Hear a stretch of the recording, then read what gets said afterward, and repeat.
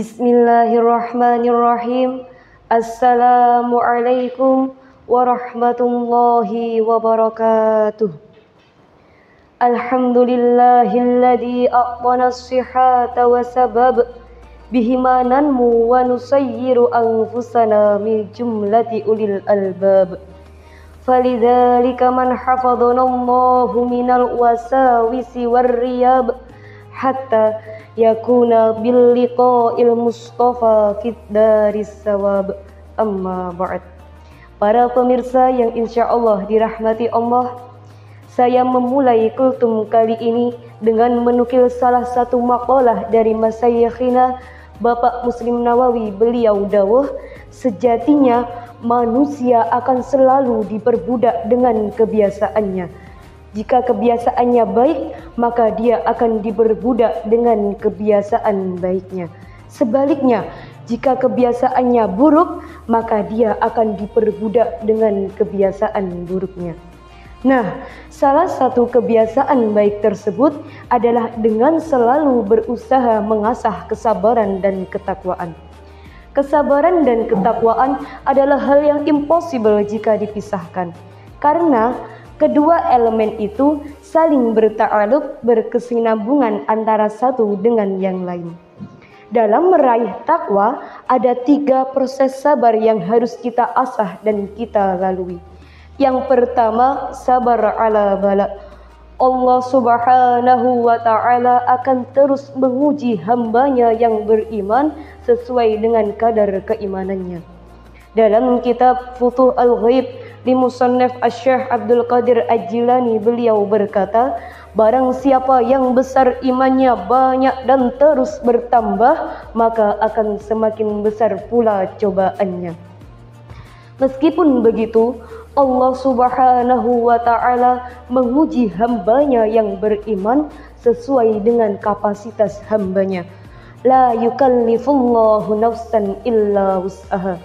Maka dari itu, jika kita dapat cobaan, ya haruslah kita bersabar, ikhlas, dan janganlah kita menuduh Allah terhadap musibah yang diberikannya. Akan tetapi, tampakkanlah kebaikan dan rasa syukur. Seperti yang dikatakan Al-Habib Zaidan bin Yahya, belajar mengerti nikmat supaya lupa rasanya sambat. Jangan hanya mengeluh dan menyalahkan keadaan, kita harus bisa beradaptasi dan mencari solusi. Karena hidup ini adalah bagaimana cara kita menghadapi suatu masalah, bukan bagaimana cara masalah menghadapi kita. Yang kedua, sabar ala maksiat. Dalam keadaan takwa, kita harus selalu berusaha menahan hawa nafsu kita dari hal-hal yang mengarah kepada kemaksiatan. Qala Allah Ta'ala fi kitabihil karim fi suratis Shad, Bismillahirrahmanirrahim, wa la tattabi'il hawa fayudilluka an sabilillah. Dan janganlah kamu mengikuti hawa nafsu, karena ia akan menyesatkan kamu dari jalan Allah. Sabar itu menahan diri dari segala kemurkaan yang datang darinya dan ridho terhadap segala ketentuannya. Agus Bahauddin Nur Salim pernah ngejokes, mencintai tidak cukup dengan tidak melukai orang yang kita cintai, tetapi juga harus sabar saat kita dilukai oleh orang yang kita cintai. Pemirsa, yang terakhir, sabar ala ta'at. Saat kita beribadah kepada Allah subhanahu wa ta'ala, yang kita harapkan kita bisa beribadah dengan sabar dan istiqomah. Bisababu al-istiqomah khairum min alfi karamah. Itulah yang berat, sabar dan ikhlas.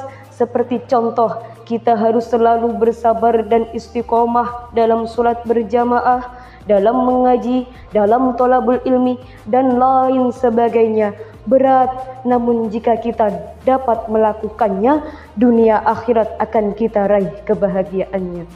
Dekengane pusat Gus Ikta Muhammad pernah berkata, onone bungah mergo wis tau susah, onone mulya mergo wis tau soro, gedhe ke tirakate cilik ke sambate, sak jerone wajahmu lempeng, entenono wajahmu seneng.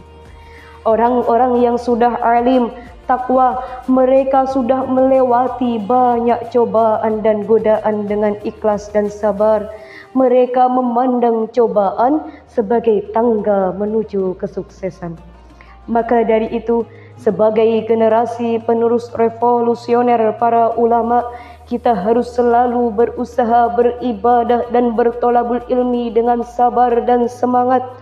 Sebagai seorang santri, kita harus punya himmah qawiyah dalam bertolabul ilmi. Qala Rasulullah sallallahu alaihi wasallam, "Man salaka tariqan yaltamisu fihi ilman, sahhalallahu lahu tariqan ilal jannah." Maka dari itu, kita harus selalu berusaha, bersabar, beristiqomah kontinu dalam menuntut ilmu, agar bisa menjadi seorang santri yang intellectual people, yang dapat menjadikan dunia dalam genggamannya dan akhirat di hatinya. Sebelum saya tutup, saya teringat salah satu makalah dari Masyayikhina almarhum Simbah Maimun Zubair. Beliau pernah berkata, "Di saat kamu ikhlas dengan keadaanmu, disitulah Allah merencanakan kebahagiaan untukmu. Allah bisa merubah situasi terburuk dalam hidupmu menjadi momen terindah di hidupmu." Semoga kita bisa menjadi seorang pemuda manusia yang bermanfaat dunia dan akhirat, bisa menjadi seorang pemuda yang dapat meneruskan perjuangan para ulama dan bisa menjadi pewaris para anbiya. Amin. Demikian yang dapat saya sampaikan. Terima kasih atas perhatian. Mohon maaf atas kekurangan. Ma asabaka min hasanatin faminallah wa ma asabaka min sayyi'atin famin nafsik. Wallahul muwafiq ila aqwamit thariq.